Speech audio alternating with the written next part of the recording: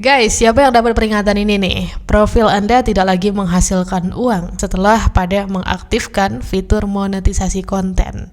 Ayo ngaku atau share di kolom komentar. Ya, banyak banget yang panik ya mengenai peringatan ini yang tiba-tiba muncul setelah berbondong-bondong nih orang-orang yang dapat fitur monet konten massal gitu kan. Tiba-tiba dapat yang beginian gitu, kenapa gitu? Emangnya ada salah apa? Kalau misalnya ada pelanggaran, kenapa dikasih fitur monet gitu kan? Nah, hari ini yuk kita coba bahas dan kira-kira teman-teman perlu panik atau tidak sih menanggapi fenomena ini ya? Yaudah yuk langsung aja kita masuk ke inti pembahasannya. Ini dia.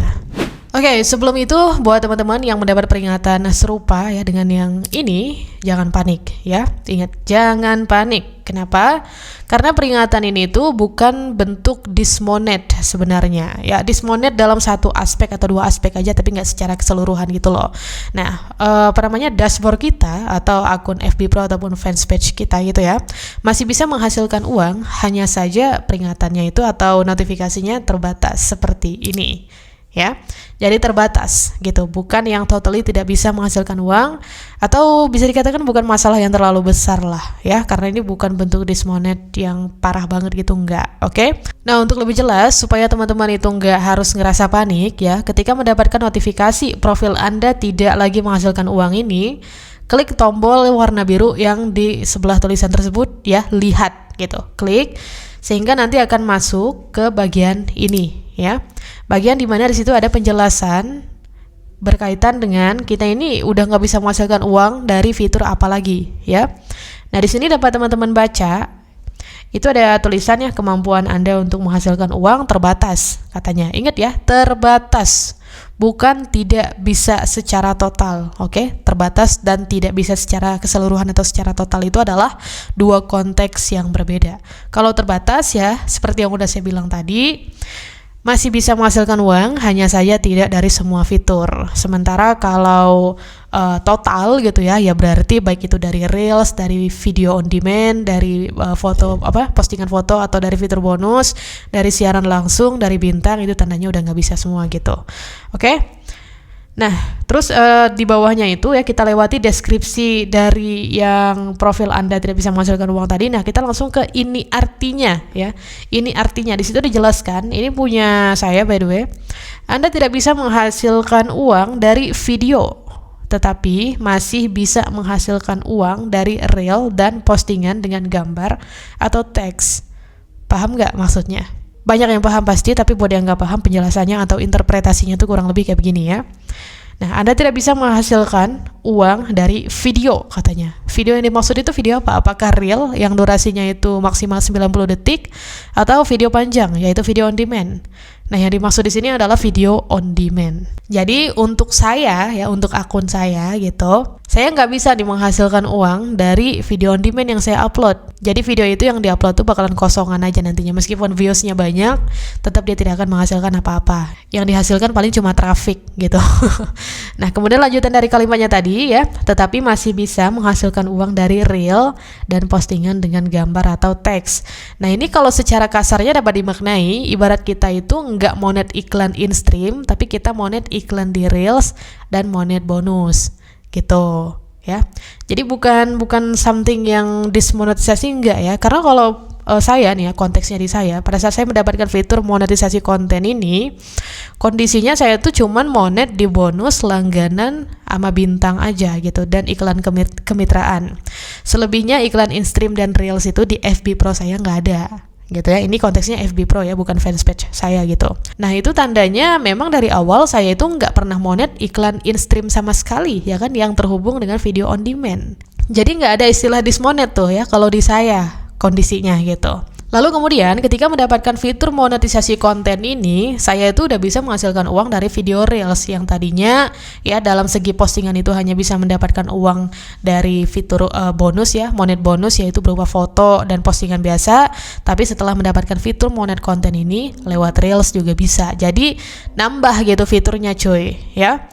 Nah, sampai di sini perlu dicerna berarti bahwa monetisasi konten itu kan yang selalu digadang-gadangkan itu sebelumnya dulu ya, pas baru awal-awal muncul katanya semua penghasilan in-stream, reels dan bonus foto atau teks postingan biasa gitu, semuanya akan ngumpul di monetisasi konten gitu kan. Tapi ternyata pembaruan yang sekarang ya, ada aspek yang bisa dihilangkan dalam fitur monet ini.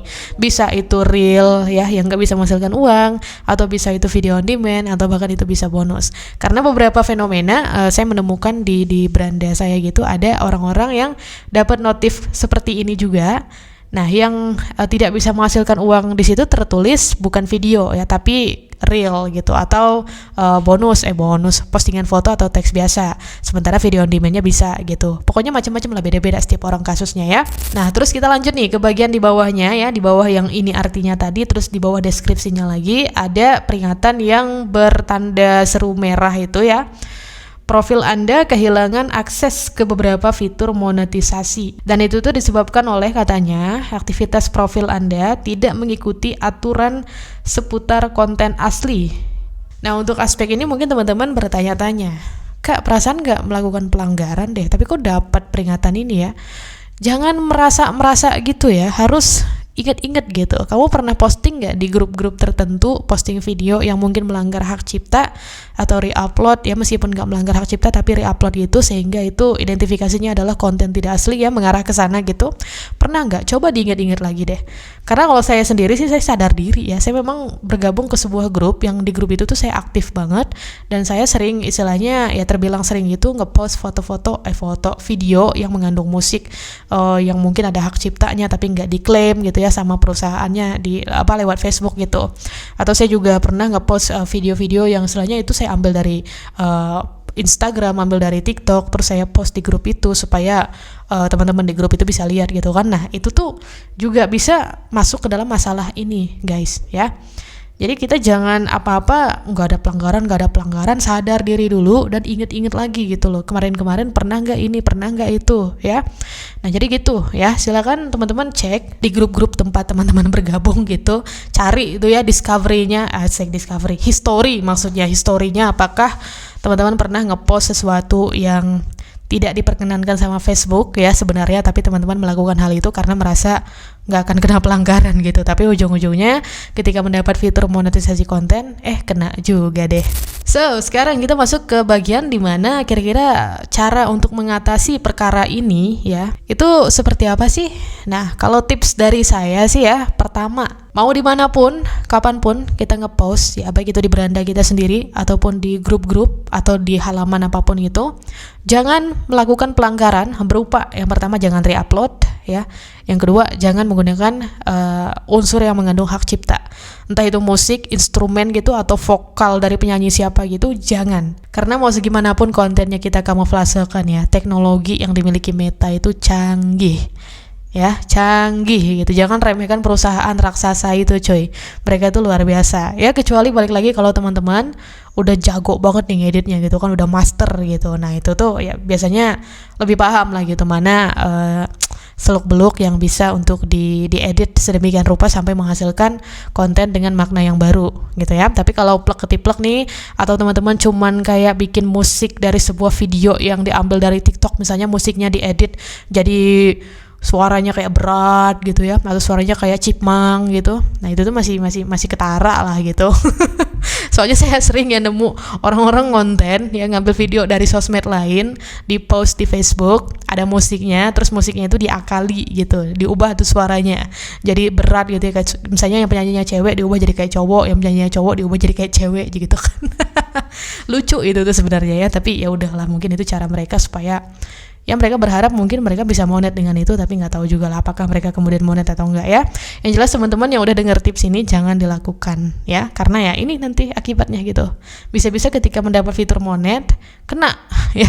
Terus tips yang kedua ya, jangan asal nge-share postingan video orang lain di beranda kita atau ke dalam grup, karena itu juga bisa menjadi salah satu aspek yang dapat teridentifikasi sebagai pelanggaran konten tidak asli biasanya ya. Contoh nih, aktivitasnya itu misalnya kayak gini. Teman-teman follow saya di FB Pro, saya ngepost sebuah video yang di situ videonya mengandung hak cipta misalnya dalam segi musik. Nah, kemudian video saya itu karena teman-teman suka nih, teman-teman share gitu, entah itu ke berandanya sendiri atau ke dalam grup tempat di mana teman-teman bergabung ya. Nah, itu tuh bahaya ya jangan dilakukan kalau bisa gitu. Ya harus diingat sih, harus bisa, jangan dilakukan pokoknya. Soalnya ya balik lagi tadi, bisa menjadi salah satu faktor penyebab dari kita kena pelanggaran yang tadinya tidak kita ekspektasikan ya. Meskipun judulnya cuma nge-share, cuma meneruskan postingan orang lain, tetap aja sama gitu. Kalau mau nge-share yang aman-aman aja lah, foto aja yang di-share ya, video jangan. Nah jadi itulah ya tips-tipsnya yang dapat teman-teman perhatikan. Silakan istilahnya diterapkan. Itu bisa berlaku untuk cara mengatasi dan juga cara mencegah sih ya. Nah, jadi bagi yang belum mendapatkan fitur monetisasi konten, ya harus khawatir sejak dini gitu ya. Barangkali nanti dapat terus mengaktifkan fitur yang bersangkutan, kemudian tiba-tiba kena pelanggaran ya, yang tadinya nggak ada pelanggaran sama sekali. Jadi gunakan cara tadi ya, tips-tips yang udah saya share tadi untuk mencegah pelanggaran seperti yang didapat oleh banyak creator ini kena ke teman-teman yang bersangkutan gitu. Oke? Dan buat yang udah kena ya silakan bisa dicoba cara-cara yang tadi untuk mengatasi atau menyembuhkannya. Jadi kalau misalnya pernah upload video di grup apa gitu ya, coba dicari itu videonya terus dihapus gitu. Atau yang di beranda sendiri juga ya dihapus gitu ya. Harus inilah istilahnya ya, bertanggung jawab dengan apa yang udah pernah dilakukan dulu gitu. Jangan pura-pura lupa, jangan pura-pura nggak merasa melakukan kesalahan.